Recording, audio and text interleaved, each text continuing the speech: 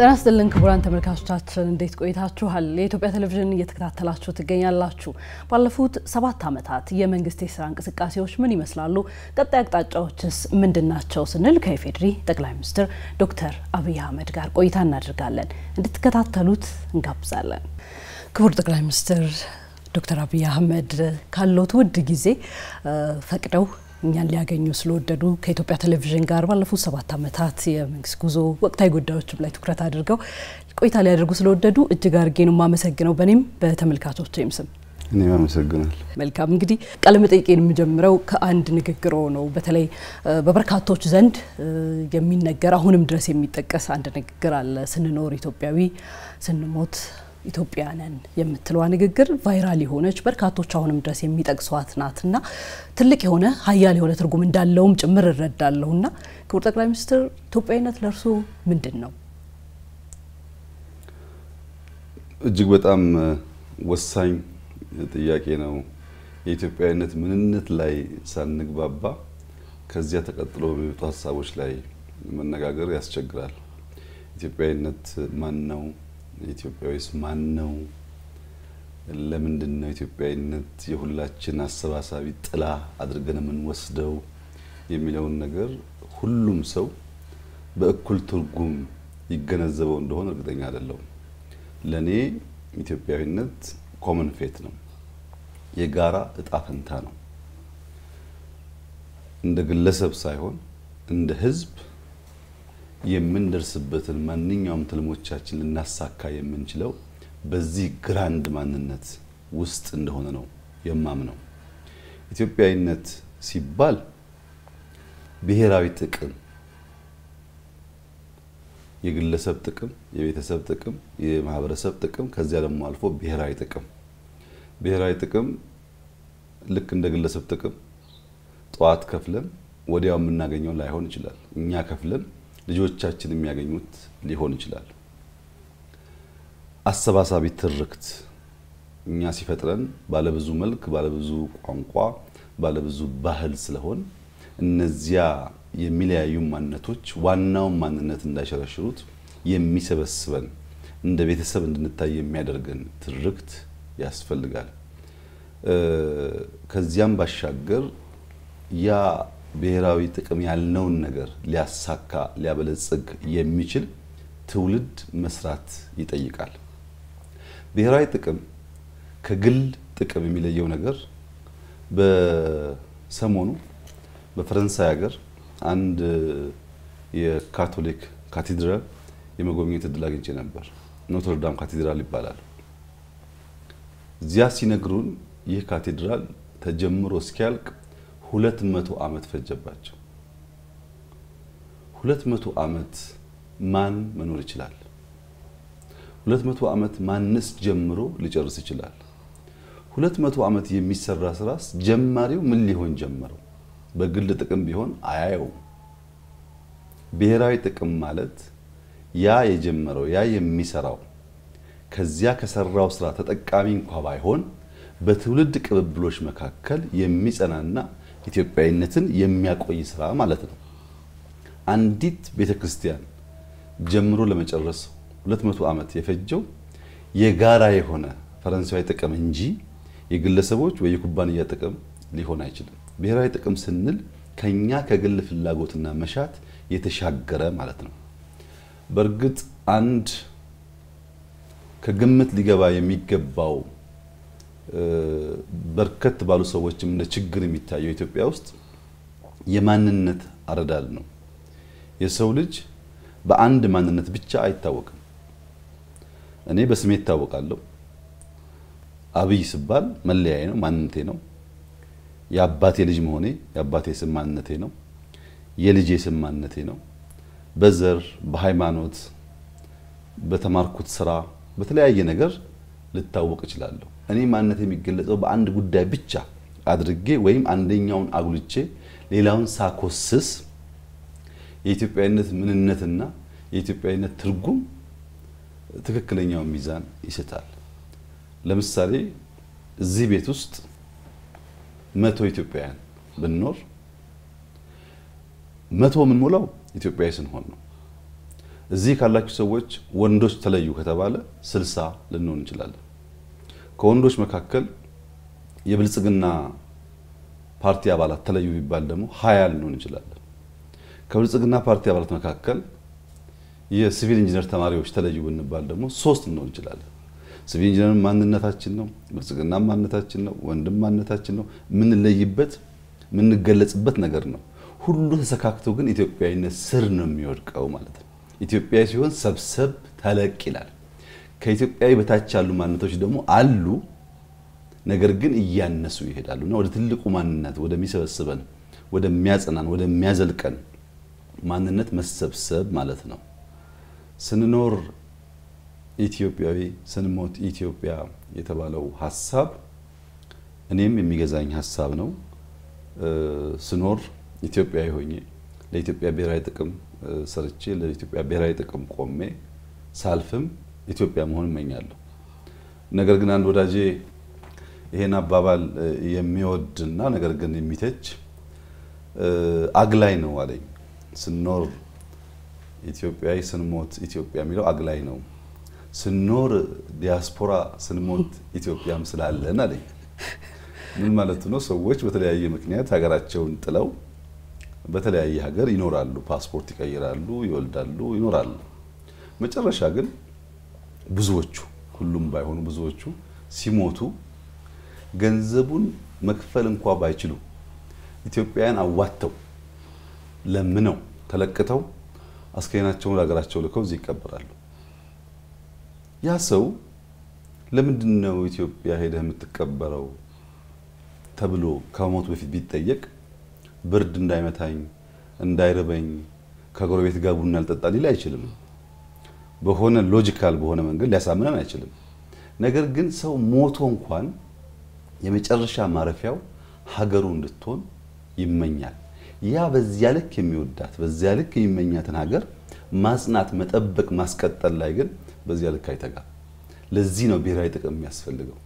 ስንሞት እንኳን ልናርፍበት የምንፈልገውን ምድር የማጽናትና የማቆየት ጉዳይ የየለት ንግግራችን የየለት ስራችን ውጤት ካልሆነ በእኛ እንዝላልነት ሊፈርስ ይችላል። ከፈረሰ ደግሞ ስንኖር ካናዳዊ ሆነን ስንሞት ኢትዮጵያ የምንሆንበት እድል ያንሳል ማለት ነው። እና በጣም ጥልቅ ሐሳብ በውስጡ የያዘ ነው። ይህ በውስጡ የያዘው ሐሳብ ግን ለመጪው ትውልድ እንዴት አድርገን የጸና የለማ የማይለምን ሀገር እናቆያለን ከሚል ፍሬ ሐሳብ ጋር መሰናሰል አለበት። ምክንያቱም የጀመርነው ትውልድ ካልቀጠለ የምናስበውን ትውልድ ካልቀጠለ በስተቀር በአንድ ትውልድ በአንድ ቤተሰብ በአንድ ግሩፕ ሀገር ተሰርቶ አያልቅም። ሀገር የቅብብሎሽ ውጤት ነው። ያን ለማረጋገጥ የሚያስችል ስራ መስራት የሚቻለው ትውልድን እያሰብን ስንሰራ ነው። ነገን እያሰብን ስንሰራ ነው። ነገን የምናስብ ሰዎች ግን ዞር ብለን ትናንትናን መመልከት የማንችል ከሆነ ትናንትናችን የዘነጋን እንደሆነ ከትናንትናችን መማር የማንፈቅድ ከሆነ ነገ አይሰራም። ለዚህ ነው እኛ ትናንትን ከዛሬ ዛሬን ከነገ አስተሳስረን ሚዛን ጠብቀን ሀገርን ገነባለን ብለን የተነሳ ነው። እንግዲህ ሁሉም ሰው እንደሚገነዘበው ትናንትን ባለው ልክ ማክበር አጽንቶ ማቆየት የኛ ንግግር አይደለም፣ ተግባር ነው።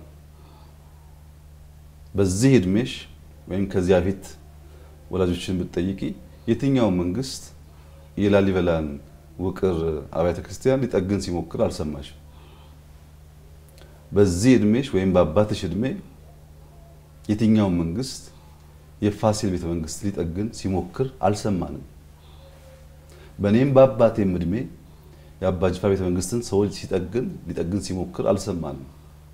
እዚህ ያለንበትን የሚኒሊክ ቤተ መንግስት የኃይለሥላሴን ቤተ መንግስት ሁሉ ቀርቶ የሉሲ መገኛ የሆነው የኢትዮጵያ ሙዚየም የሚባለው አንድ ለናቱ ከተሰራ በኋላ ዞር ብሎ የሚያየው ባለመገኘቱ በውስጡ የያዘው ኮንቴንት በጣም ብርቅና ውድም ቢሆን ሰው ገብቶ ለመጎብኘት የሚያስችል ብቃት አልነበረም፣ አልተጠገነም፣ በተሰራበት ልክ አልተያዘም ወይም አላደገም። እነዚህን ትናንት አባቶቻችን የሰሯቸውን የጀመሯቸውን ነገሮች ለትውልድ እንዲሸጋገሩ ይሁነን ብለን አስበን የምንጠግንበት ምክንያት እንዲቆይ የምንፈልግበት ምክንያት ትናንትናችንን ማየት ካልቻል ነገ የሚባል ነገር የለም። ትናንትናን ብቻ በመጠገም ነገ አይሰራም። ለምሳሌ ዩኒቲን በመስራት ብሔራዊ መንግስትን በመስራት ብቻ ነገ ሊሰራ አይችልም። መሀል ላይ ችግር አለ። መንገድ የሚያገናኝ የለም፣ ሳይንስ ሙዚየም የለም፣ ፍሬንድሺፕ የለም። ለዛይ ደግሞ ያ ክፍተት መሙላት አለበት ማለት ዛሬ ሊሟላ የሚገባው ክፍተት ሲሟላ ትናንት መቆየት ሲችል ነገ ቁልጭ ብሎ የሚታይ ምን አይነት ነገር ለመድረስ እንደምንችል ማንም ሰው በቀላሉ ሊገምት ይችላልና ትናንትናን በወጉ ተገንዝበን በወጉ ተረርተን እሱን ጠግነን ለልጆቻችን መሻገር እንችል ስናደርግና በትናንትና ውስጥ የጎደሉትን ደግሞ ዛሬ ስንሞላ ነጋቸው ብሩህ የሆኑ ልጆች ይፈጠራሉ ማለት ነው። ይሄን ያሰበ ነው ኢትዮጵያዊነት። ኢትዮጵያዊነት ማዕቀፍ ነው። ኢትዮጵያዊነት ከትናንት እስከ ነገ ነው።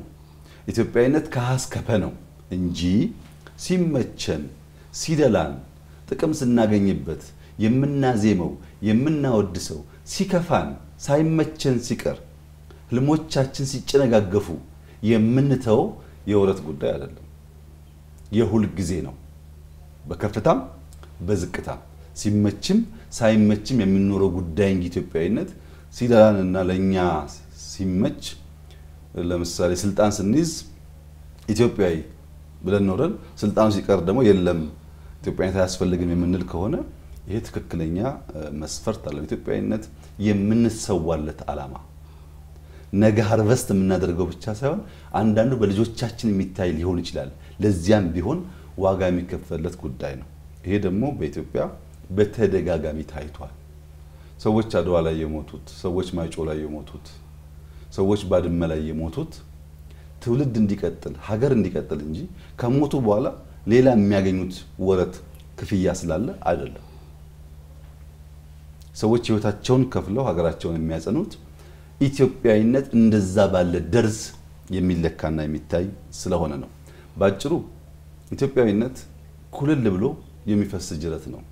ክረምት ከበጋ የማይቋረጥ በድምጸቱ ለተጠሙ በመድረሱ ለእርሻ በመሆኑ ተፈጥሮን በመጠበቁ እጅግ እርካታ የሚሰጥ በሰፈር ውስጥ የሚያልፍ ኩልል ያለ ጅረት ካለ ኢትዮጵያዊነት እንደሱ ነው። አንዳንዴ ዘንቦ ይደፈርስ ይችላል፣ ነገር ግን ሰክኖ ደግሞ ይጠራል። ኢትዮጵያዊነት የማይቆም በቀጣይነት የሚፈስ በሙላት የሚመለስ በልጆች የሚገለጥ የኖረ ያለና የሚኖር ነው ብዬ ነው የማስበው። በተለይ ስለ ትናንትናችን ሲያነሱ ክቡር ጠቅላይ ሚኒስትር አንድ ማንሳት የፈለኩት ጉዳይ ስላለ ነው አያይዤ ዛሬ ላይ ሆነን ትናንትናችንን የምናይበት መነጽርስ የተስተካከለ ነው? በምን መልኩ ልናየው ይገባል ትናንታችንን ስንገነዘበው ይላሉ?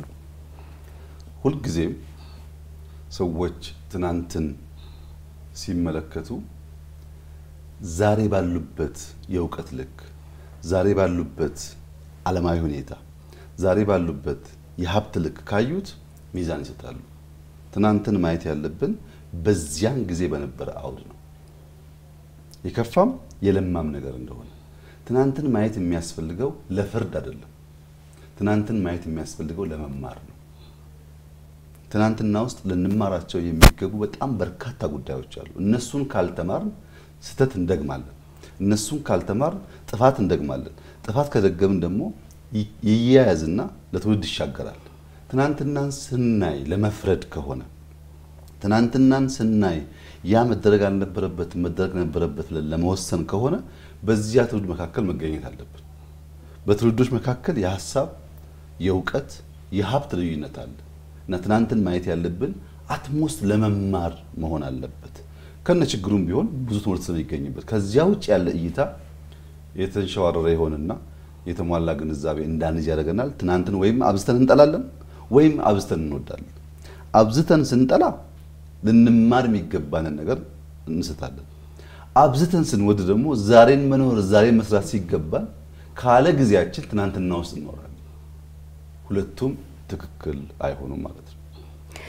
ወደ ኋላ ልመልሶ ወደ ለውጡ ማግስት እንሂድና በለውጡ ማግስት ከተለያዩ በተለይ ማስገራሚ ወይም የማይረሱ ከሚባሉ ውሳኔዎች ውስጥ አንዱ የፖለቲካ ኃይሎች ወደ ሀገር ውስጥ መግባታቸው እንደሆነ ይታወቃል። ሶም የፖለቲካ ኃይሎች ሁሉም እንዲገቡና በፖለቲካ አውድ ውስጥ እንዲሳተፉ ጥሪ ማድረጉ እንደዚሁ የሚታወቅ ነው።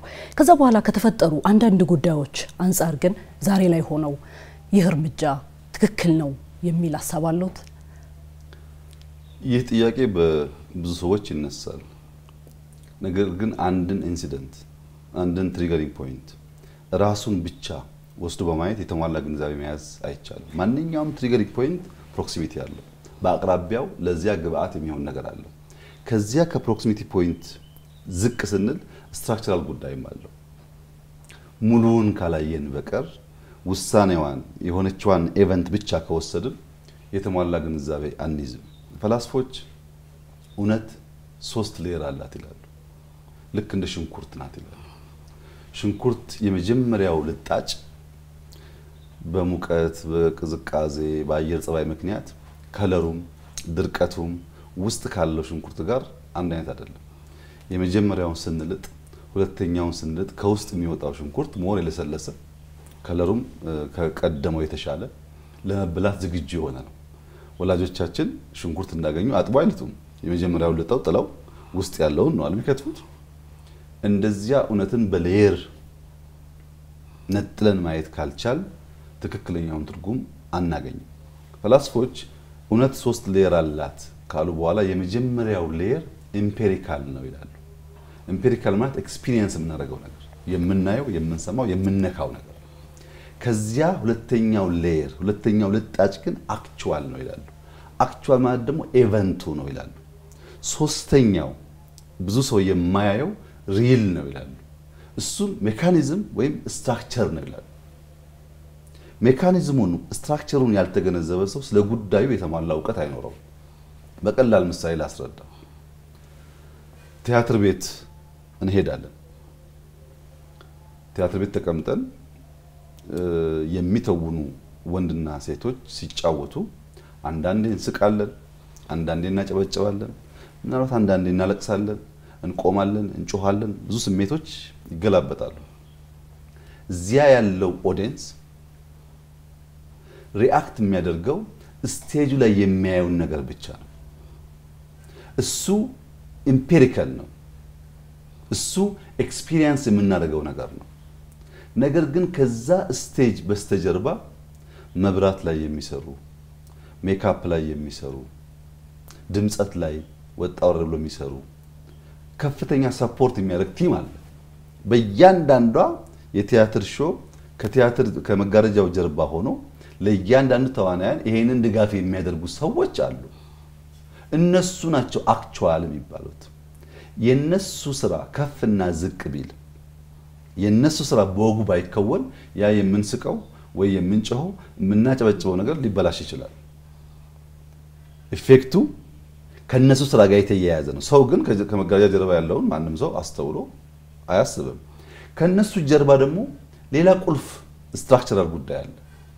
ስክሪፕት ራይተሩና ዳይሬክተሩ። ስክሪፕት ራይተሩና ዳይሬክተሩ የነገሩ መሰረት ናቸው። አንድ ሰው ስክሪፕት ሲጽፍ ዝም ብሎ አይጽፍም። የቀሰቀሰው ነገር አለ፣ ወይ ያየው ነገር አለ፣ ወይ የሰማው ነገር አለ፣ ወይ ከተፈጠረው የተማረው ነገር አለ። ያን ሲጽፍ እሱ በጻፈውና ባየው ልክ የሚረዳ ዳይሬክተር ይፈልጋል። አስተውለሽ ከሆነ ዳይሬክተሮች ቲያትር ሲያለማምዱ አለባበስህ እንደዚሁን፣ ቁመናህ እንደዚሁን፣ ድምጸትን ከፍ አድርግ ዝቅ አድርግ ይላሉ። ከየት አመጡት ሰዎቹ? ያን ቲያትር አላዩትም። በጭንቅላታቸው ውስጥ ሙሉ ቲያትሩን ስክሪፕቱን አስቀምጠው ቲያትሩን ስለው ለሰዎች ለመግለጥ የሚያደርጉት ጥረት ነው።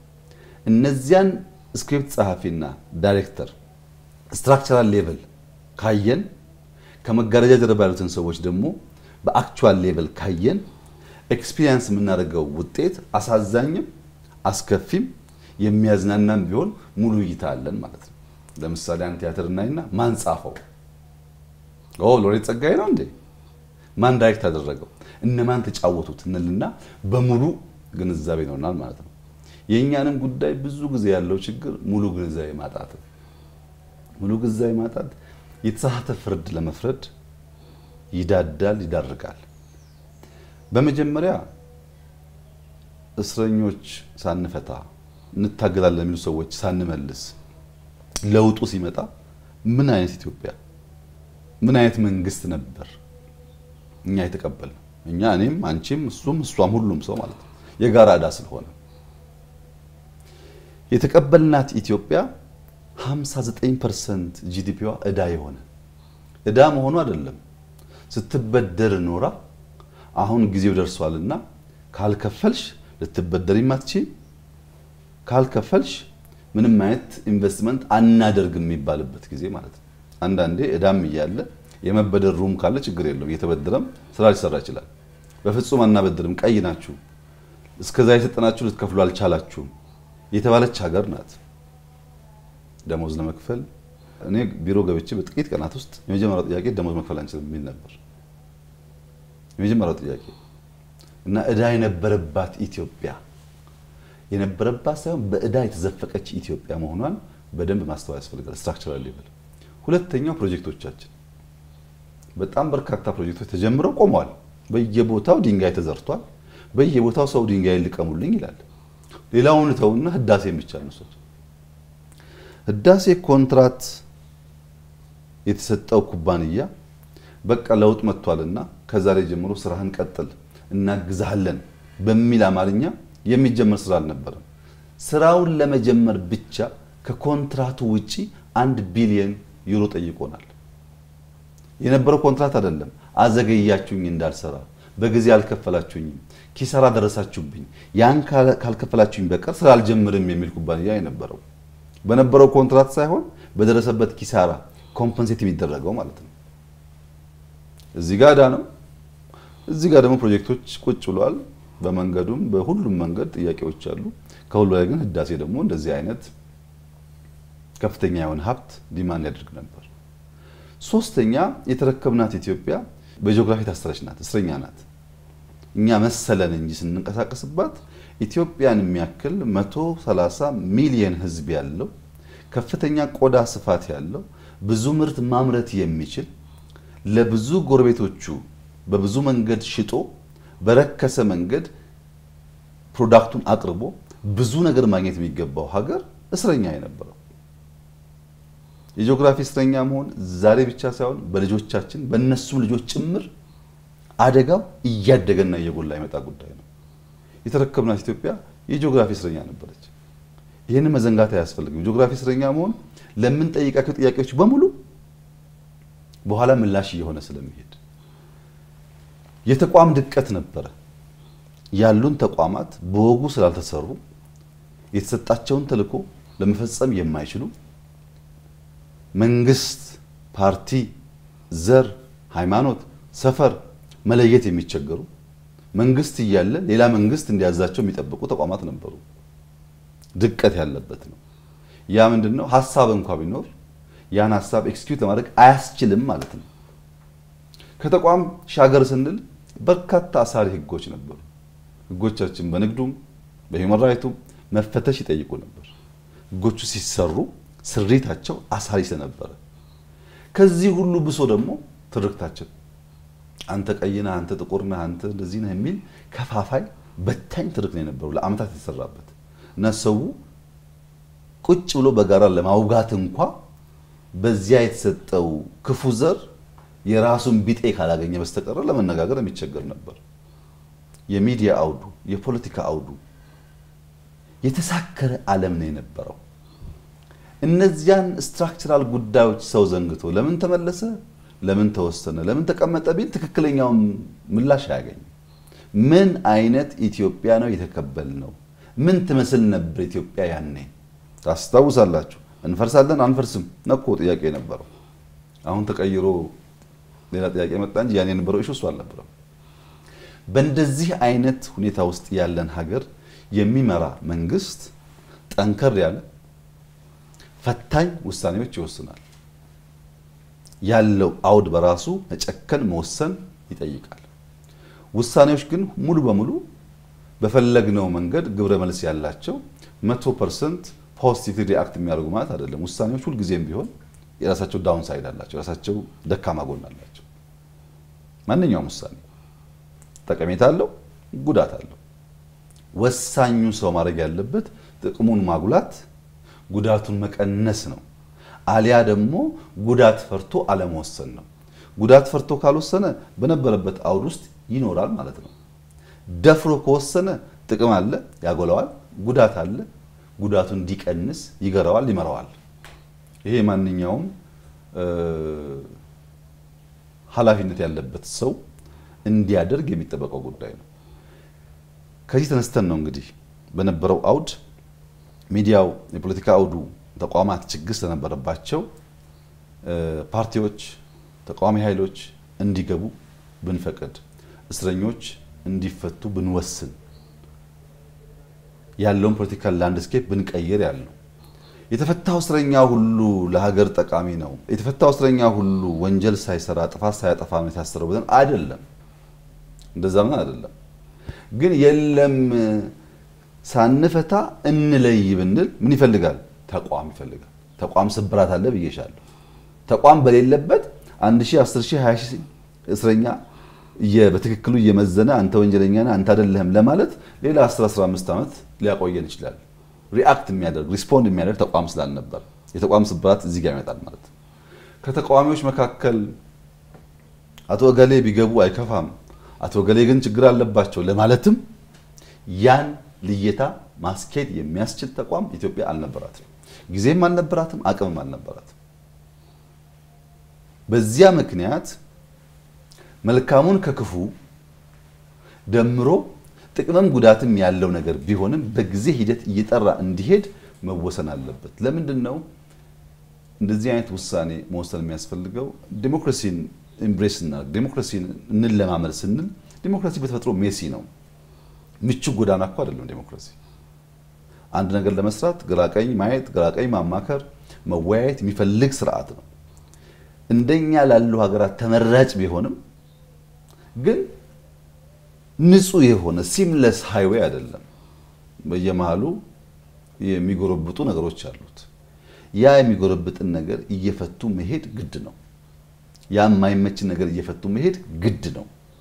ያ በመሆኑ ምክንያት ይሄ ውሳኔ ያመጣው ጥቅም ባለው ልክ በለውጡ አጠቃላይ ሂደት ውስጥ የፈጠረው ደግሞ ውስብስብ ችግሮች አሉ። ችግር አልቦ ውሳኔ ስላልነበረ ችግሩን እናሳነሳለን፣ ጠቀሜታውን ደግሞ ማክሲማይዝ እናደርጋለን። እኛ ስንመጣ አንዱ ቃል የገባነው ምንድነው? ቃል የገባነው ነገር ኢትዮጵያ ውስጥ ዲሞክራሲን ለማምጣት እንሰራለን ነው። ዲሞክራሲን ለማምጣት እንሰራለን ብለን ወንጀል ሰርተው በግፍ የታሰሩ ሰዎች፣ በትክክለኛው መንገድ ለኢትዮጵያ ዲሞክራሲ የሚታገሉ ሌላ ኢንትረስት ያላቸውም ሰዎች ከሀገር ተሰደው ባሉበት ሁኔታ የመለየት አቅም ሳይኖርን ሁለቱንም ብንከለክል ያ የምናስበውን ዲሞክራሲ ልናመጣ አንችልም። ልክ አስፋልት ሰርቶ አስፋልቱ ስለሚያምር መኪና አይሄድበትም ብሎ እንደመከልከል ነው። አስፋልት ከሰራን በኋላ ጥንካሬው ምን ያክል እንደሚዘልቅ ማወቅ የምንችለው መኪኖች ከሄዱበት ነው። በመንገድ ስራ ኮንትራክት ውስጥ አንድ ኮንትራክተር አስፋልቱን የጨረሰ ቀን አያስረክበንም።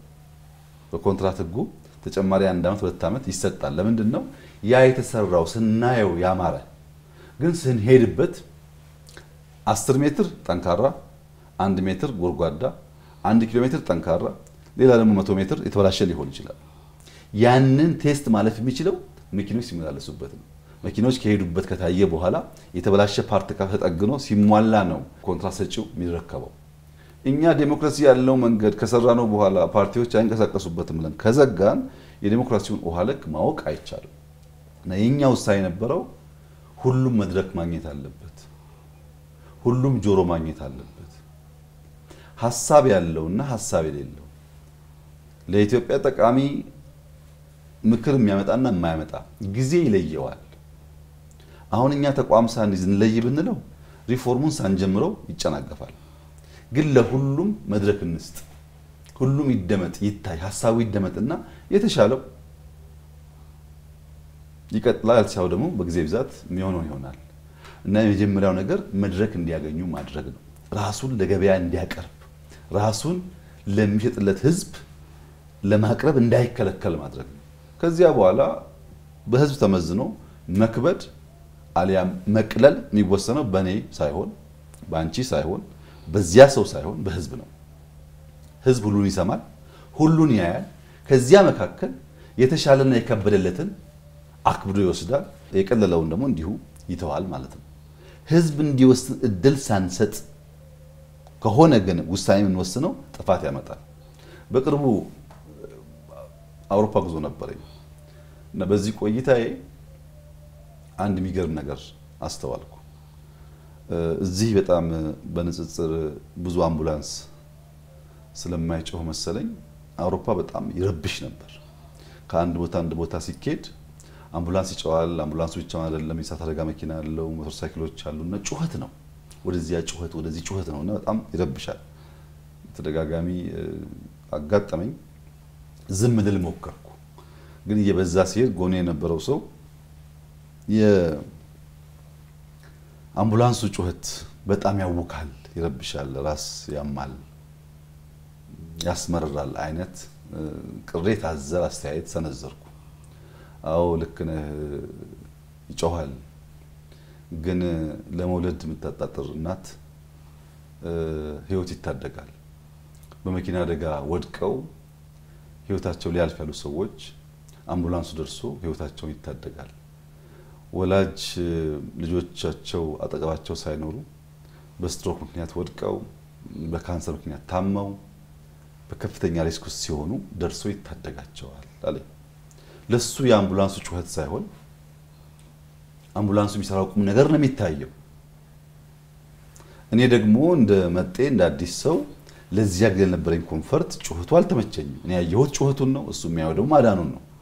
ልክ እንደዚሁ ወደ ሀገር ውስጥ ያስገባናቸው ሰዎች ኪሳራ ብቻ ናቸው ብሎ የሚያስብ ሰው ልክ እንደዚሁ ነው። ብዙ አትርፈንበታል። ብዙ የከበዱ ሀገራቸውን እያገለገሉ ያሉ ሰዎች አሉ። በመንግስት ካቢኔ ውስጥ በክልል አመራር ውስጥ ያሉ አሉ። ዩኒቨርሲቲ የሚያስተምሩ አሉ። ገብተው የሚነግዱ አሉ። ለረጅም ጊዜ ቤተሰብ ጋር ተለያይተው ቤተሰብ ጋር የተገናኙ አሉ። አባትና ልጅ መገናኘት ተስኗቸው አብረው የሚኖሩ አሉ። ወይም አብረው ኖረው ወጥቶ መግባት ያልተከለከሉ አሉ። እና በዚያ ውሳኔ ብዙ ያተረፉ ብዙ የተጠቀሙ ሰዎች አሉ። በርግጥ ጉዳትም አለ። ኢትዮጵያም እንደዛው ናት። በሩቅ የምናቃቸው ቢያገለግሉ ብለን የምንመኛቸው እያገለገሉ እየጠቀሙ ያሉ ሰዎች አሉ።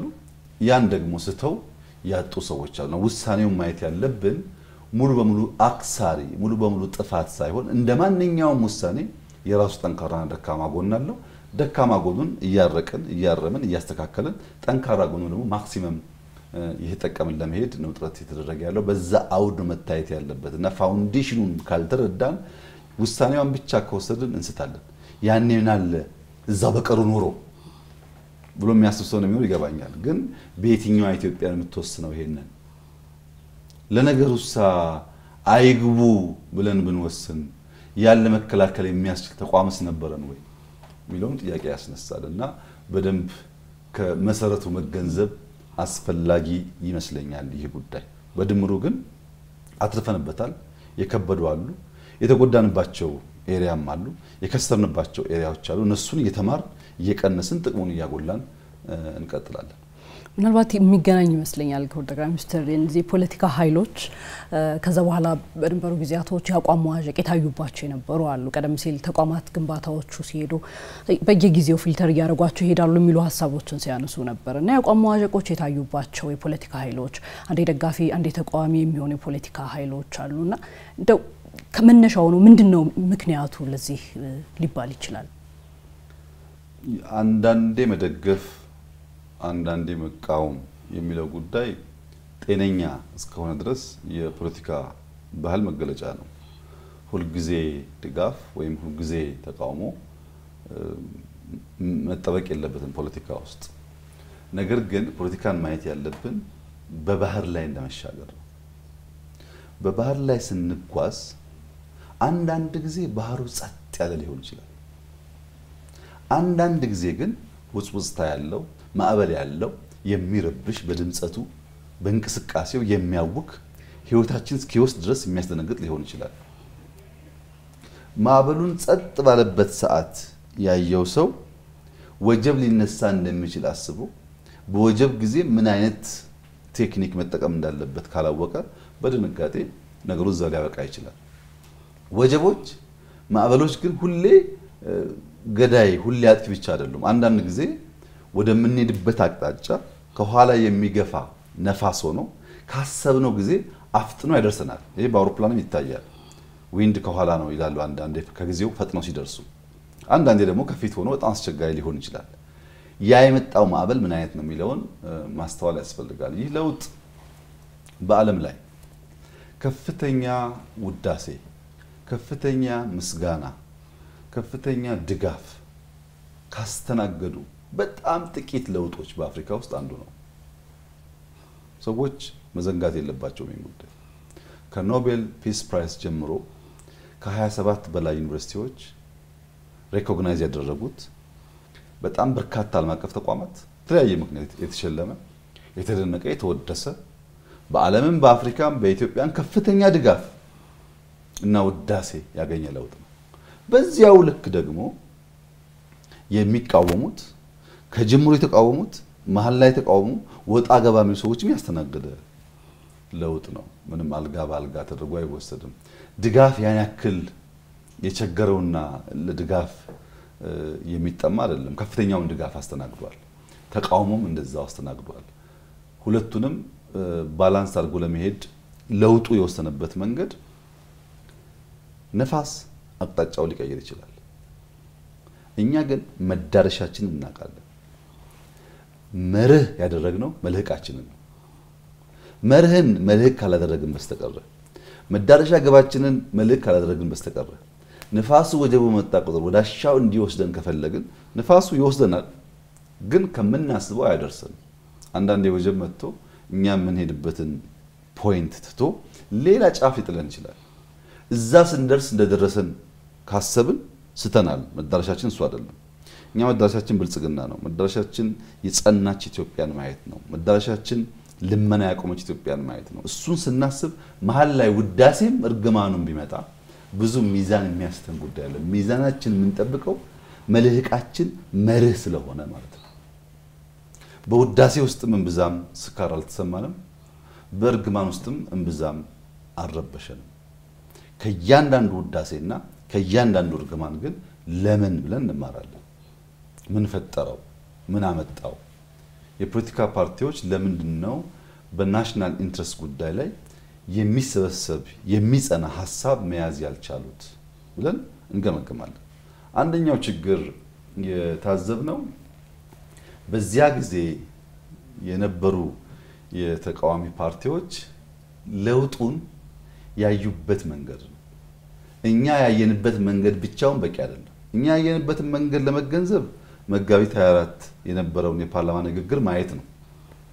አንዲት ስቴትመንት አልተዛነፈችም። ያቺ ንግግርናት በየቀኑ በየአመቱ ተገበረው። እኛ አልተቀየርንም። አላማችን አስተዋሽ ተናግረናል፣ እየኖርነው ነው። ያ ንግግራችን በየቀኑ እየኖርነው ነው።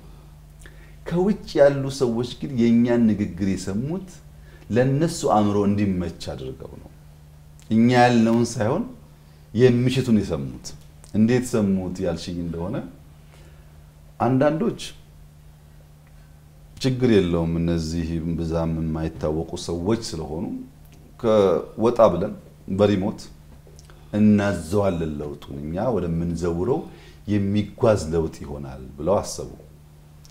አንዳንዶች ደግሞ እነዚህም ብዛም አይቆዩም፣ ወደ 3 ወር ነው ያሉም አሉ። ባይዘው ወደ 3 ወር ውስጥ ተቀብለን እኛ እንቀጥላለን።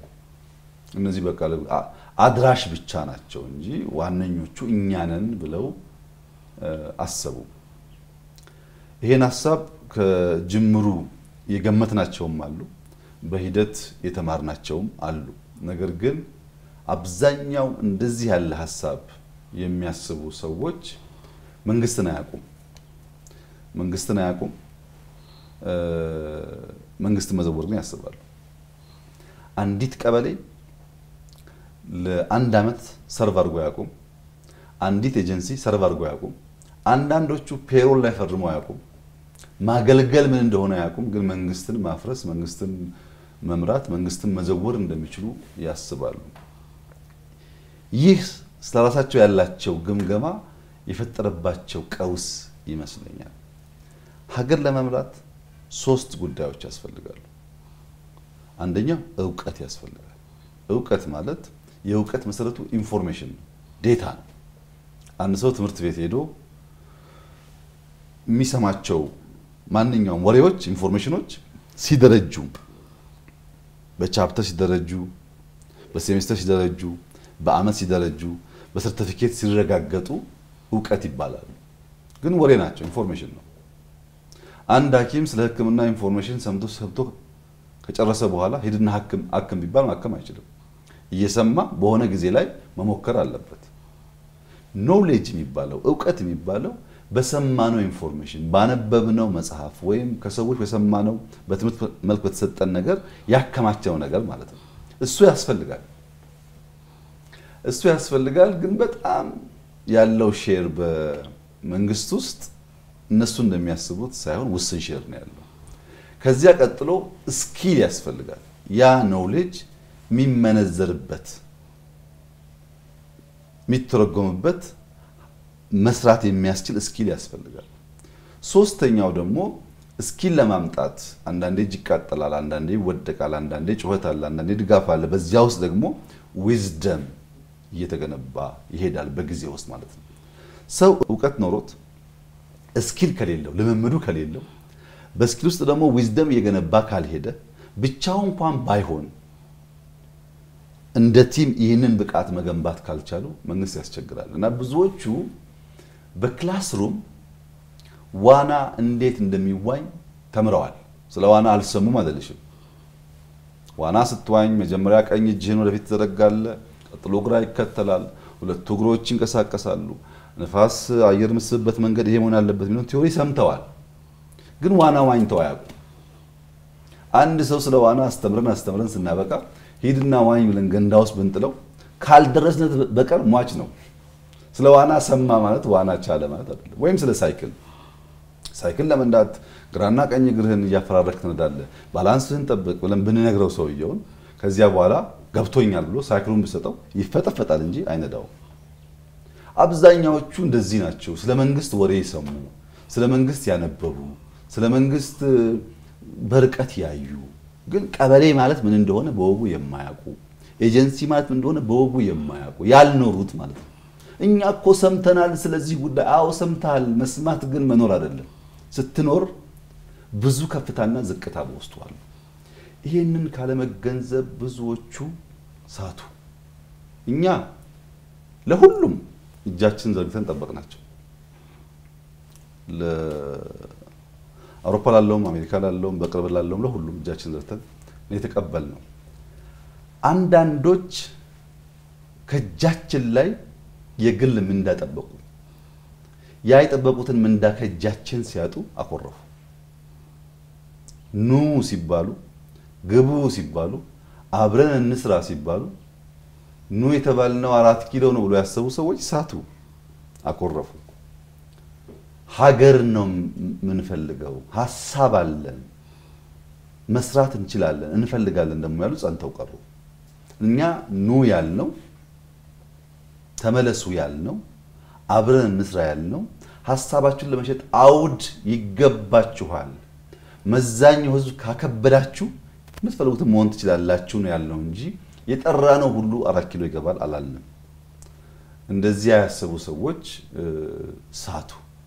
በሐሴት በደስታ የተቀላቀሉ ነገር ግን ቂም አርግዘው የገቡም በውስጡ ነበሩ። በደስታ የመጣው ያለቀሰ የመጣው ቂም አርግዞ የመጣው ተቀላቅሎ ስለመጣ ያን የለየት አቅም ስላልነበረ በሂደት ያሱ ያስቀመጠው መስፈርት የሆነኛል ይገባኛል ያስቀመጠው ነገር ከፍና ዝቅ ሲል ድጋፉ መዋዠቁም በኢትዮጵያ ፖለቲካ መቼም እንዴት እንደ ዋዠቀ ሁላችን እንታዘባለን። ዛሬ ነሳና ነው የዛኛው ግሩፕ ደጋፊ ይሆናሉ፣ ካለንም ችግር ደግሞ ተነስቼ የዛኛው ግሩፕ ደጋፊ ይሆናሉ። ሲጀመር መርህ ፕሪንሲፕል አልነበረም ማለት ነው። የግል ፍላጎት እንጂ ብሔራዊ ጥቅም አልነበረም። የግል ፍላጎት እንጂ ሐሳብ ኖሮ ሐሳብ ሽጦ ተወዳድሮ ላሸንፍ ይችላል የሚል እምነትም አልነበረም። እኔ ወሬ ስሰማ ስለከረም ዕውቀት አለኝ ብዬ ስለማስብ ቀጥታ ሄጄ መንግስት መሆን ወይ መዘወር ይችላል ብለው ብዙዎቹ አስበዋል። እንግዲህ እኔ ያለኝ ምክር መንግስት ኢትዮጵያ ውስጥ ማንንም ሰው የተመኘ ሰው ከውስጥ ምኞት ያለው ሰው መሆን ይችላል። እንደከዚህ ቀደሙ ለምን ትመኛለህ የሚባልበት ዘመን አይደለም። ሰው ጠቅላይ ሚኒስትር መሆን፣ ጀነራል መሆን፣ ሚኒስተር መሆን መመኘትም ይችላል። ከበረታና ከተጋ መሆንም ይችላል። የሚከለክል ህግም የሚከለክል አውድም አይደለም ያለው። ብዙዎች ያን እንዲመኙ ለዚያም እንዲተጉም እንፈልጋለን። ግን ያለኝ ምክር በከፍተኛው ቦታ ላይ ማገልገል የምናስብ ማንኛውም ሰዎች ህልሙ ካለን ያ ህልም እንዳይጨነግፍና እንዲሆን ቀበሌን፣ ወረዳን፣ ኤጀንሲን ማገልገልን ፔሮልን ማወቅ አለብን። በወር ፔሮል ላይ ፈርመን ደሞዝ መቀበል ሳንለማመድ ከዚያም ከዚህ ሞጭፈን እየኖር ከዚያ ላገልግል ካል ያ ባህሪ ከተለንና በፔሮል መኖር የምንቸገር ሰዎች እንሆናለን። እና ፍላጎቱ ችግር የለበትም፣ ምኞቱ ችግር የለበትም፣ ለዚያ መትጋቱም ችግር የለበትም። ያ ግን በሰላማዊ በህጋዊ መንገድ እንዲሆን፣ በአላማ እንዲሆን፣ ሐሳብ ቋጥረን እንዲሆን፣ በልፋትና በውጤት እንዲሆን ከሰራ ነው ከመራ ነው ለማንም ሰው ክፍት ነው። እኛ ዛሬም እጃችን የተዘረጋ ቤታችን የተከፈተ ለሰላም፣ ለውድድር፣ ለንግግር አብሮ ለመስራት ለሚፈልጉ ማንኛውም ሰው ክፍት ነው። ቤታችን ዝግ አይደለም። ባለፈው እንዲህ ስላደረክ ሁለተኛ አደርስብኝ የሚል አቋም የለንም። አሁንም ሐሳብ ያለው ሰው፣ ሰላማዊ መንገድ የሚከተል ሰው፣ በመርህና በትጋት ሊያመጣ የሚሻ ሰው ካለ እሱ ለኛ ትርፍ ጥቅም ሀብት እንጂ ኪሳራ አይደለም። አንዱም ችግራችን ጠንከር ያለ ሐሳብ ያላቸው ሐሳብ ላይ ቆመው የሚሞግቱ ቻሌንጅ የሚያደርጉ ኃይሎች ጠፍተዋል ኢትዮጵያ ውስጥ። ስሜት ነው እዛም ይወራጨው እንጂ ሐሳብ የለም። እሱ ለኛም አይጠቅመንም፣ ለኢትዮጵያ አይጠቅማትም። ምክንያቱም ሐሳብ እየደረጀና እየሞገትን ስንሄድ እንማማራለን፣ አንዱ ካንዱ ይማራል። በዛ ሂደት ውስጥ እናድጋለንና አሁንም እኛ አልተዛነፈን፣ ቦታችን ክፍት ነው። በመርህ ላይ ቆሙ ከመጀመሪያው ዕለት ጀምሮ እስከዛሬ ድረስ በመንሰራው ስራ መጋቢት 24 እየተመለሱ ሪፈር እያደረጉ የሚደግፉ በጎደለውም የሚመክሩ ሰዎች አሉ። ሙሉ ላይ ሆን ይችላል አንዳንድ ጉዳይ ሲደግፉንም ያልገባቸው ሲቃወሙንም ያልገባቸው አንድ ሳምንት ሲያወድሱ ሌላ ሳምንት ሲረግሙ የሚታዩ ሰዎች ደግሞ አሉ። ይሄን እንግዲህ እነሱ ቢሰሩበት ይሻላል ከኛ ይልቅ ብዬ ነው የማስበው። በእኛ በኩል ግን ውዳሴውንም በሚዛን ወቀሳውንም በሚዛን ከውዳሴውም ትምህርት ከወቀሳውም ትምህርት ነው የምንወስደው። በውዳሴ ዘመን በጣም በርካታ ሽልማቶች፣ በጣም በርካታ ግብዣዎች ይቅርብን ብለን ትተናል።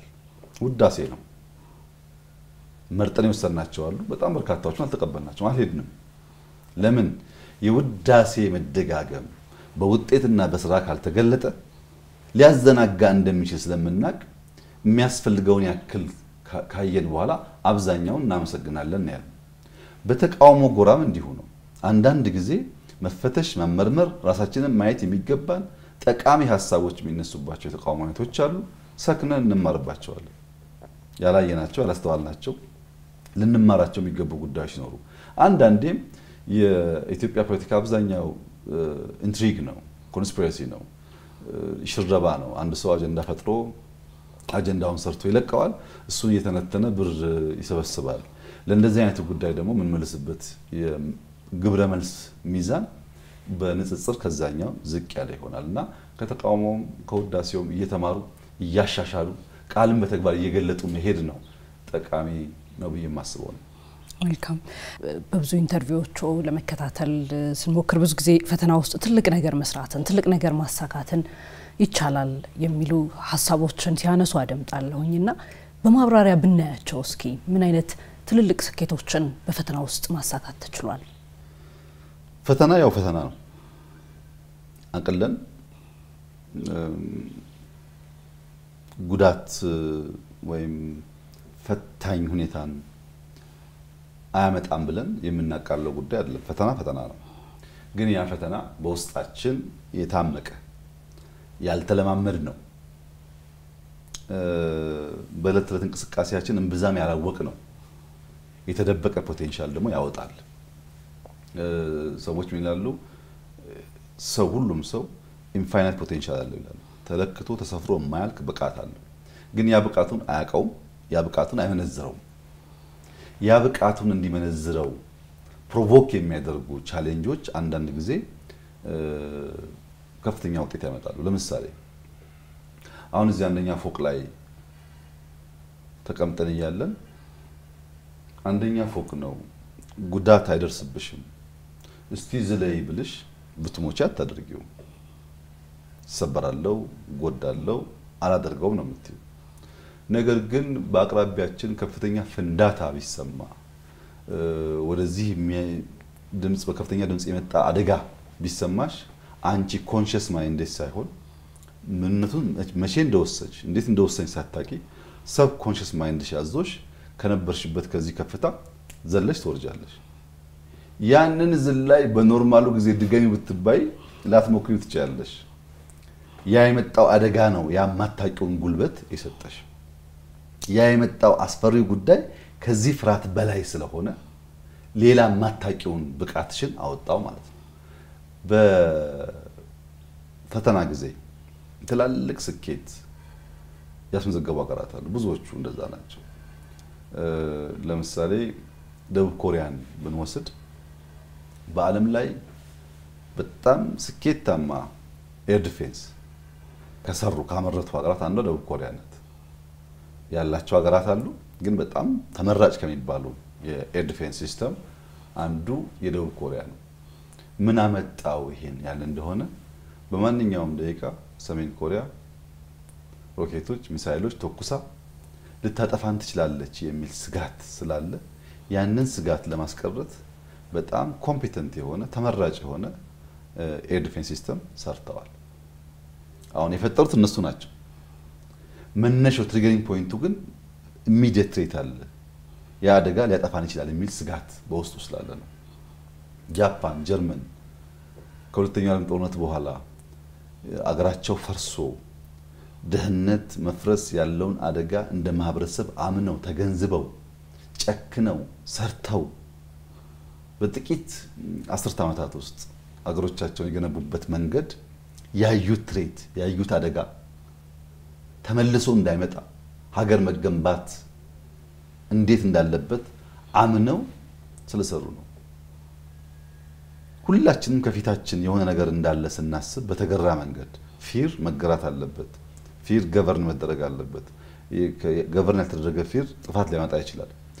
የፈራን ያንን ፍርሃት ለመከላከል የምንሰራው ስራ ግን የማናቆም ብቃት ሊያወጣ ይችላል። ለምሳሌ በእኛ ሁኔታ ከለውጡ በፊት የነበረው አጠቃላይ ሎ ኢንፎርስመንት ኤጀንሲስ መከላከያው፣ ደህንነቱ፣ የሳይበር ሴኩሪቲ ተቋሙ ያለው ብቃት እና ዛሬ ያለው ብቃት ማወዳደር አይቻልም።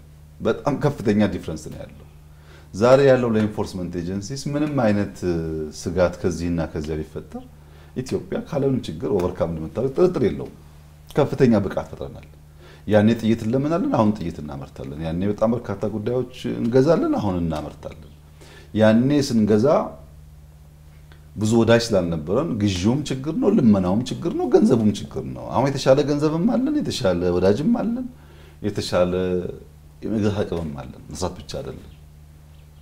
130 ሚሊዮን ህዝብ ስላለን ብቻ ሳይሆን ሰልጥነን ተደራጅተን በአዳዲስ እውቀትና ታክቲክ ሀገራችንን ሉዓላዊነታችንን ለመከላከል ያለን አቅም ለውድድር የሚበቃ ጉዳይ አይደለም። እውነቱን ለመናገር እነዚያ ፈተናዎች ባይፈጠሩ ኖሮ በዚያ ልክ እንደረጅ ነበር ወይ የሚለውን እጠራጠራለሁ። መለስተኛ ስራ እንሰራ ይሆናል፣ ግን በዚያ ልክ መጠንከራችንን እጠራጠራለሁ። የመከላከያን ብንተውና የኢንሳን ብንወስድ ከለውጡ በኋላ ሰፋፊ ቨርቹዋል አታኮች ነበሩ። በኢንተርኔት መብራት ኃይላችንን ቴሌኮሙኒኬሽናችንን ማጥቃት ሰፋፊ ነበሩ። እነዛን ቨርቹዋል አታክ ይሄ የመሬት ሶቨሬኒቲ ብቻ ሳይሆን የቨርቹዋል ሶቨሬኒቲያችንን ለመጠበቅ ሰርት የሚባለው ሲስተም ወይም በሳይበር ሴኩሪቲ የመጣን ጥቃት የመለየትና የመከላከል አቅም የገነባንበት ልክ በጣም ከፍተኛ ነው። ያኔ ጥቃቱ እንደዛ እያለ ባይመጣ ኖሮ በዚህ ልክ እንገነባው ነበር ወይ? አይ ዳውት። እና መከራ ነው፣ ዋጋ አስከፍሏል፣ ህይወት በልቷል፣ ንብረት አውድሟል፣ ብዙ ጥፋት አጥቷል። በዚያው ልክ ደግሞ የማናቀውን ብቃት የማናቀውን ነገር ፈጥሮ አልፏል። ጥፋቱ ቁስሉ አለ፣ ጥቅሙ ግን ለልጆቻችን ይሸጋገራል። ካለምንም ጥርጥር የኢትዮጵያ ሉዓላዊነት የኢትዮጵያ አንድነት ዛሬ ለኢትዮጵያ መንግስት ስጋት አይደለም። በተሟላ መንገድ ሉዓላዊነታችንን ከማንም ኃይል መጠበቅ እንችላለን። በተሟላ መንገድ እንደዚህ አይነት ቁመና የፈጠርነው በስራ ነው። ፈተናው የመጣው ኮሮና ልውሰድልሽ እንደ ሁለተኛ ምሳሌ። ኮሮና ዓለምን የናጠ አደገኛ ቻሌንጅ ነው። እንደ ኢትዮጵያ ላለ ገና ለውጥ ለጀመረ ሀገር እንደ ኢትዮጵያ ላለ ተቋም ላልመሰረተ ሀገር ሳይሆን ለትልልቆቹም ቢሆን ገንዘብ ላላቸው የጤና ተቋማት ለገነቡትም ቢሆን ፈታኝ ነገር ነበር። ግን እኛ ልክ ኮሮና መጥቶ አፍሪካኖች ይጎዳሉ፣ ይሞታሉ፣ ያልቃሉ የሚሉ ሟርቶች ነበሩ እና ውይይት ስንወያይ እንደ መንግስት አቋም ወሰድን። ይሄ ሟርት ነው። ከዚህ ኮሮና ውስጥ በተቻለ መጠን ህይወት እየታደግን ለልጆቻችን ሀገር የምትቀጥልበትን መንገድ እንስራ። በሽታ መጣ ብለን በራችንን ደጃችንን ዘጋግተን በረሃብ ማለቅ የለብንም። እንጠቀምበት። አንደኛው መሬት ጦም ማደር የለበትም አለ። ሁሉም ሰው ይስራል። መቼም መከራ ያስተባብራል። ተሰባሰብን፣ ሰራን። ዛሬ በምርት የመጣው ውጤት ቀጣይ ስራ የጠየቀን ቢሆን የዚያ ጊዜ መሬት ጦም ማደር የለበትም የሚለውና በአመት 2 የማምረት 3 የማምረት ልምምዱ መፍጠራችን በእጅጉ ለኢትዮጵያ አግዟል። አየር መንገዳችንን ሰጂ ኮሮና እንኳን በአየር እንቅስቃሴ ቀርቶ ሰው እርስ በርሱ መገናኘት ያቆመበት ሲዝን ጊዜ ነው። የኛ አየር መንገድ ደግሞ 1 አመት 6 ወር ከስራ ውጭ ሆኖ ቢቆይ እንደ ሌሎች ሀብታም መንግስታት ከፍተኛ ሀብት ኢንጀክት ስለማናደርግ ይወድቃል። ሰስቴን ማለት ሰርቫይቭ ማድረግም ይቸገራል። የለም ወንበር እንፍታና ካርጎ እናርገው ብለን ዓለም ያገናኛ አየር መንገድና ከ6% በላይ ሬቬኑ አግኝቷል። በዛ አመት እድገት አግኝቷል። በኮሮና ውስጥ ዓለም ላይ በትልቁም በትንሹም ሀገር አየር መንገዶች መንግስታት ኢንጀክት ሳያደርጉላቸው ሰርቫይቭ ያደረጉ የሉም። ብዙ ይወደቁ አሉ፣ ግን ሰርቫይቭ ያደረጉትም በመንግስት ድጋፍ ነው። እኛ አንድ ብር አልሰጠነውም። ያንን ቻሌንጅ ወደሚመቸን መንገድ ቀይረን ተጠቀምንበት። በጣም በርካታ ምሳሌዎች ማንሳት ይችላል። ፈተናዎች ኮሮናም ይሁን አንበጣ ጦርነትም ይሁን ሌላ መልክ ያለው ፈተና የራሱ የሆነ ኦፖርቹኒቲ ይዞ ይመጣል። ያን ለማየት የሰከነ ማንነት የሚያስተውል ማንነት ችግርን በችግርነቱ ብቻ ሳይሆን ከችግር ውስጥ የሚገኝ እድልን ፈልቆ የማውጣት ብቃት እስከ ተፈጠረ ድረስ በእያንዳንዱ ፈተና ውስጥ ጠቀሜታዎች አሉ። ለምሳሌ አሁን ዓለም ላይ ያለው የታሪፍ ሁኔታ አስኪ ነው፣ አስጨናቂ ነው። ለእንደ ኢትዮጵያ ያሉ ሀገሮች ከባድ ነገር ነው። ተቀምጠን ተወያየን፣ እንጠቀምበት። እድል አለው፣ ችግር ብቻ አይደለም። እውነቱን ለመናገር ከፍተኛ ጥቅም ያገኘንበት ነው እና ከማንኛውም ፈተና ከማንኛውም ችግር በማስተዋል ተፈልቅቆ የሚወጣው ኦፖርቹኒቲን ማየት እስከቻለ ድረስ ምንም ጥርጥር የለውም ፈተና የሚያመጣቸው እድሎች አሉ። እነሱን መጠቀም የሚያስችል ብቃት መፍጠር ደግሞ ያስፈልጋል። በዚህ አግባብ ነው ኢትዮጵያ ውስጥ ባለፉት 7 አመታት በጣም በርካታ ፈተናዎች ገጥመውን ለማመን የሚያስደንቁ ድሎችም ለማመን የሚያስደንቁ ተአምር ሊባሉ የሚችሉ ድሎች ተመዝግበዋል። እያንዳንዱን በየፈርጁ ማየት ይቻላል። አስደማሚ፣ አስደናቂ፣ ለማመን በእጅጉ የሚዳግቱ ተአምራዊ ውጤት አይተንበታል። መጋቢት 24 የተናገርነውን በየለቱ እየኖር በየለቱ እየሳቅን በየለቱ እየተደመምን በውጤት ሙላት ወደምንፈልገው ሐሳብ እየተጓዘ ነው። ያ ማለት ግን ማዕበል የለም ማለት አይደለም። ማዕበሎች አሉ፣ ፈተናዎች አሉ። እነሱ ወደምንፈልገው ግብ የሚያደርሱን ጉልበት እንዲሆኑ አድርገን እንጠቀምባቸዋለን። በዚያ መንገድ ነው የሚገነዘበው። ክቡር ጠቅላይ ሚኒስትር የተለያዩ ሜጋ ፕሮጀክቶች እንደ ሀገር ይከወናሉና እነዚህ ፕሮጀክቶች ደግሞ በአካል ሄደው ቅርብ ክትትል ያደርጋሉ። ይሄ ብዙም የተለመደ አይደለም በመሪ ደረጃ የሚደረጉ ክትትሎች ሲያገርና ይሄን ለምንድን ነው የሚያደርጉት? ስኬት መከናወን ጀምሮ መጨረስ ካሰቡት ግብ መድረስ የማድረግ አቅምን ይፈልጋል። ሳንተጋ ሳንለፋ ከፈለግነው መዳረሻ መድረስ አይቻልም። አቋራጭ መንገድ የምንፈልገውን ውጤት ሊያመጣልን አይችልም። አንዳንዱ ጉዳይ በዚያ ትጋት ውስጥ በዚያ መውጣት መውረድ ውስጥ ማለፍ ይጠይቃል። በእርግጥ ይሄ በእኛ ሀገር ብቻ የሆነ ጉዳይ አይደለም። ማንኛውም ተቋም በወጉ ያልገነቡ ሀገራቸውን ለማጽናት ለልጆች የሚሸጋገር መሰረተ ልማት ለመጣል ፍላጎት የነበራቸው ሀገራት በሙሉ አመራሮች ወይም ኤጀንሲዎች ቼንጅ ኤጀንቶች ከፍተኛ ሚና አላቸው። አሁን የምናየውን አውሮፓ ያ መሰረተ ልማት ያን ሀገር የገነቡ የሆኑ ኤጀንቶች አሉ። ልክ አሁንኛ በመናረገው መንገድ ከዛ በኋላ ያለው ትውልድ ያን እየጠበቀ ያሻሻለ ቀጥሎ ሊሆን ይችላል። ብዙ ሀገራት የምናየው ግን ወጣ ያለ ኢንተርቬንሽን በሚያስፈልግበት ሰዓትና በቂ ጠንካራ ተቋም በሌለበት ጊዜ ውስጥ ህልም ያላቸው ሰዎች ህልማቸውን ከውነው ለማየት ኤክስትራ ኤፈርት ጥረት ይጠበቅባቸዋል። ጥቂት ኤግዛምፕሎች ማየት እንችላለን። ለምሳሌ ከሁለተኛው የዓለም ጦርነት በኋላ ፈረንሳይ በጣም ጉዳት ከደረሰባቸው ሀገራት አንዷ ነች። አውሮፓ አጠቃላይ ተጎድቷል፣ ፈረንሳይ የዛ ጉዳት ተቋዳሽ ናት። እና ቻርልስ ዳጎል በወቅቱ የነበረው አመራር የፈረንሳይ የያኔውን አውድ የማይገልጡ ያኔውን ችግር የማይገልጡ አዳዲስ ሐሳቦች ይዞ ብቅ ብሎ ነበር። በርግጥ ያኔ የነበሩ ዜጎች በቀላሉ የሚገዙት ሐሳብ አይደለም። ሁለቱም ምሳሌ ለማንሳት አንደኛው ፈረንሳይ ሃይ ስፒድ ሬልዌይ ያስፈልጋታል ብሎ ሬልዌይ መገንባት ጀመረ፣ ሃይ ስፒድ። ሁለተኛው ክሊን ኢነርጂ ያስፈልገናል ብሎ ኒውክሌር ክሊን ኢነርጂ መገንባት ጀመረ። ዛሬ በሁለቱ ሴክተሮች ከፍተኛ ተቃውሞ የነበረው ቢሆንም በወቅቱ በሬልዌይ ብቻ ሳይሆን ሎጂስቲክስ በአጠቃላይ በኮኔክቲቪቲ ፈረንሳይ በጣም ካደጉ ከሚባሉ ሀገራት አንዷ ነች።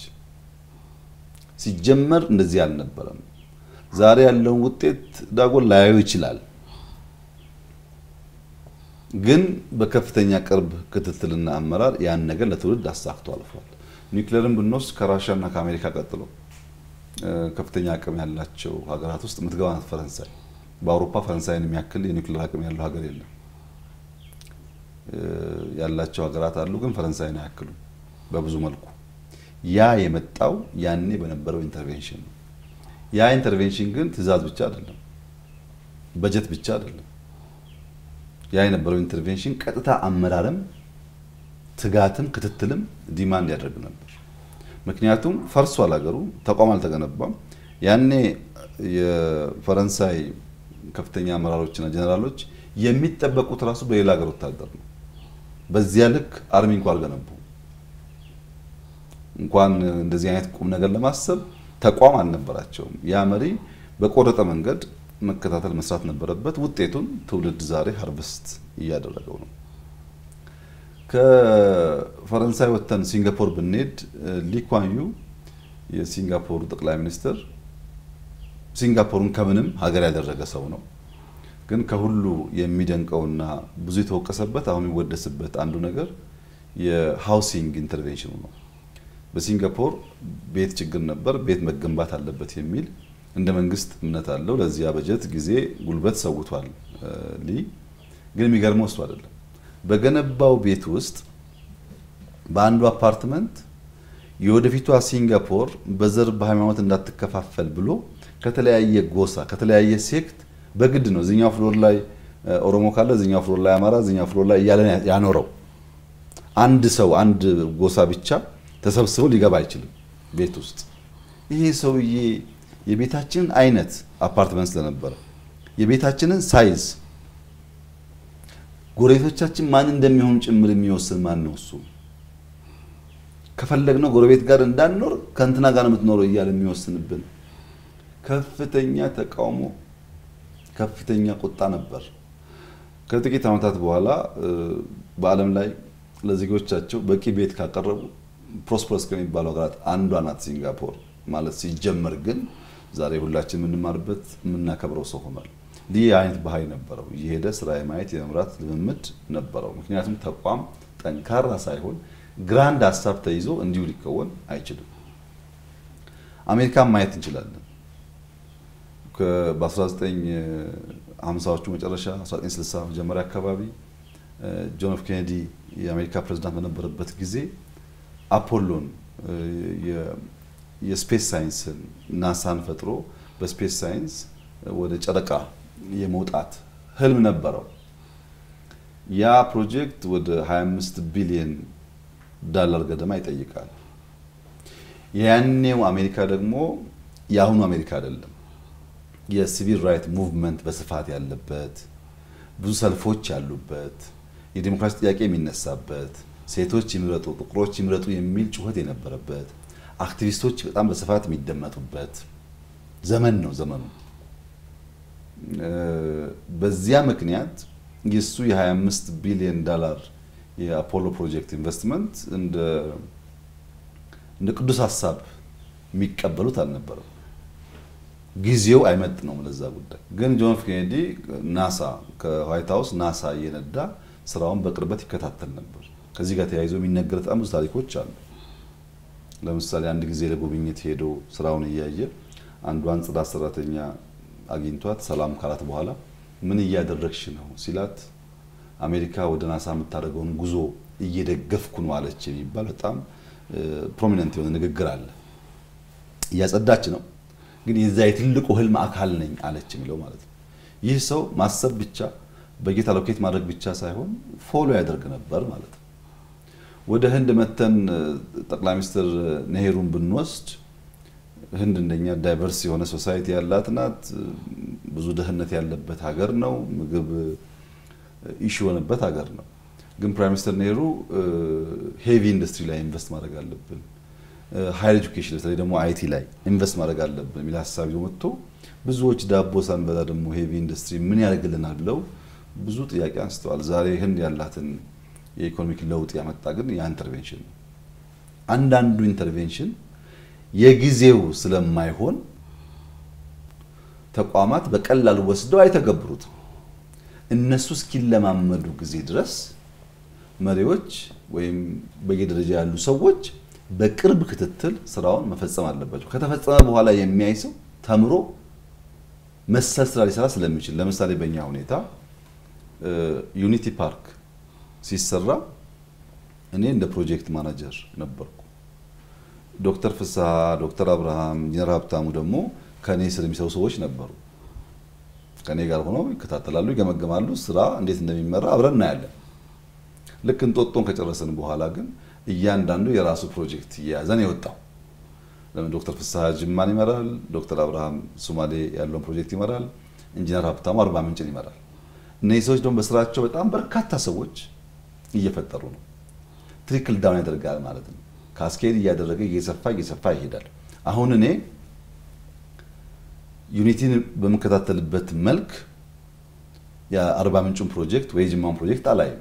ባለቤት አለው፣ ሪፖርት ይቀርብልኛል፣ ቪዲዮ ይቀርብልኛል፣ ሲያስፈልግም ሄጄ አየዋለሁ። እንደዚህኛው ግን በየቀኑ ክትትል አይጠበቅብኝም። እዚህ ያስፈልግ ነበር ቲም ውስጥ ይሰራ ሐሳቡን የሚጋሩ አብልጠው የሚሰሩ ፓሽኑ ያላቸው ልምድ ያካበቱ ኖት ኦንሊ ኖሌጅ ስኪሉም ያላቸው ተለማምዶ ስኪል ዴቨሎፕ ያደረጉ አመራሮች ሲፈጠሩ ደግሞ እኔ ወደ ሌሎች ስራዎች ትኩረት እያደረኩ ሄዳለሁ። ለምሳሌ አዲስ አበባ ላይ የመጀመሪያው ኮሪደር የመጀመሪያው ዙር ሲሰራ እያንዳንዱን ኮሪደር የሚያስተባብሩ ሰዎች ኦልሞስት በየቀኑ የሳምንቱ አገኛቸዋለሁ። በየቀኑ ስራው ነው ያለው፣ ኮሜንት አደርጋለሁ፣ ቀንሱ ጨምሩ ላለው በመጀመሪያው ዙር።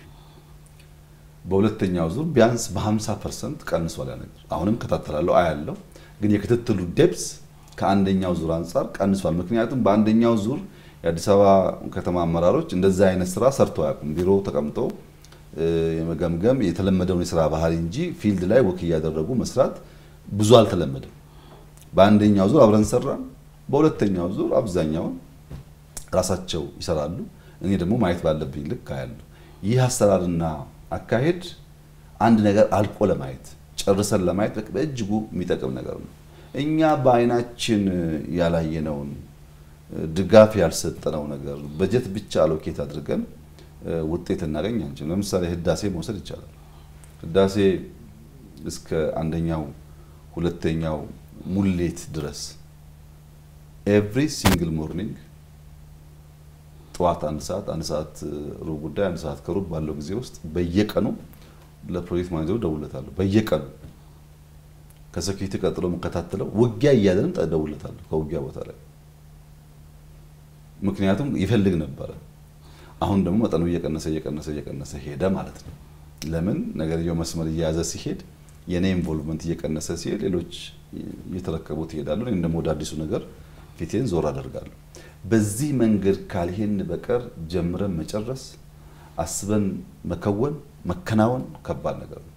ድካምን ፈርተን ድካምን ሸሽተን ውጤት መመኘት ተገቢ አይደለም። በእኛ ደግሞ ሁኔታ ተቋም የለም ብቻ ሳይሆን የተለመደው አሰራር መሪዎች ከቢሮ ስለማይወጡ ነገርየውን በአይን ስለማያዩ በጣም በርካታ የውሸት ሪፖርቶች ይቀርባሉ። ሌሎች ሰዎች መጥተው ሲያዩ ነው ህዳሴን ባዶ መሆኑን ያወቅነው ሌላውን ፕሮጀክት ባዶ መሆኑን ያወቅነው እንጂ ቁጭ ብለን ሪፖርት ስንሰማ እንደዛ ላይ መስለን ይችላል። ስናየው ግን ብዙ ጣጣ በውስጡ አለና ማየት ያስፈልጋል። አሁን ወደ ክልል ሲወረድ 10 ቀበሌ ካለ ከ10ሩ 5ቱ 6ቱ በደንብ ወርደው በየሰው ጓሮ እየሄዱ ስንት ዶሮ እንዳለ ስንት ላም እንዳለ ስንት ቤተሰብ እንዳለ ምን ያክል ፖቴንሻል እንዳለ የሚያውቁ ቀበሌ ሊቀመንበር ባሉበት ቦታ የተሟላ ዳታ አለ፣ የተሟላ ስራ አለ፣ ሰላም አለ። ቀበሌ ሊቀመንበሮች ብዙ በማይወርዱበት በማይከታተሉበት ማን እንደገባ ማን እንደወጣ በእነሱ ሰፈር በማያውቁበት ሁኔታ ውስጥ ደግሞ ችግር አለ እና ክትትል በቀበሌ ደረጃ ያስፈልጋል። በክፍለ ከተማም ብናስብ ወርደው ስራ የሚመሩ ክፍለ ከተማ አመራሮች ባሉበት ክፍለ ከተማና ቢሮ ተቀምጠው የሚሰሩ ሰዎች አንድ አይደለም ስራው። በየትኛውም ቦታ ብናይ ወርዶ ስራ እያዩ የሚመሩ ሰዎች ካሉ ስራ ይፈጥናል፣ ይከወናል። ያንን ልምምድ ማሳደግ ያስፈልጋል። ደግሞ ትምህርት ይገኝበታል። እውነት ለመናገር በማናቃቸው የሥራ መስኮች ውስጥ ባለሙያ ጋር ስንነጋገር ስራ ስናይ ለምን ሆነ ስንል ለምን አታፈርስም ለምን አትቀጥልም ስንል ብዙ ነገር እንማራለን ከውድቀትና ትምህርትም ይገኝበታል፣ ስራም ይቀላጠፋል። ሰውም ደግሞ እንደዛ አይነት ጉልበት ሰጪ ክትትል ሰዋዊ ባህሪ ነው። ሰው ቁጥጥር ይፈልጋል። ለዚያም አስፈላጊ ስለሆነ ነው እንደዛም አድርገው አድካሚ ነው ግን በጣም ደስተኛ ነኝ። ጀምሬ ያልጨረስኩት ነገር የለም። ጀምሬ አስቤ ያልሰራሁት ፕሮጀክት የለም።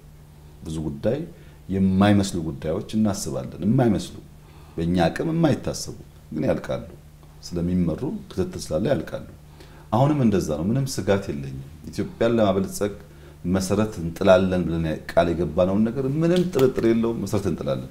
እናደርገዋለን። ሐሳቡ አለ፣ ክላሪቲ ኦፍ ቶት አለ፣ ዲቮሽኑ አለ። ሐሳብ ብቻ ሳይሆን ያለ ከወን የሚያስችል ኢነርጂ አለ። በዚያ ምክንያት ህዝባችን ይዘን አሁን በጣም ሰፊ ጉልበት አግኝተናል። ብዙ መስራት የሚችሉ ሰዎች እየመጡ ስለሆነ ምንም ጥርጥር የለውም የኢትዮጵያን ብልጽግና መሰረት እስክንጥል ድረስ ትጋቱም ውጤቱም ይቀጥላል።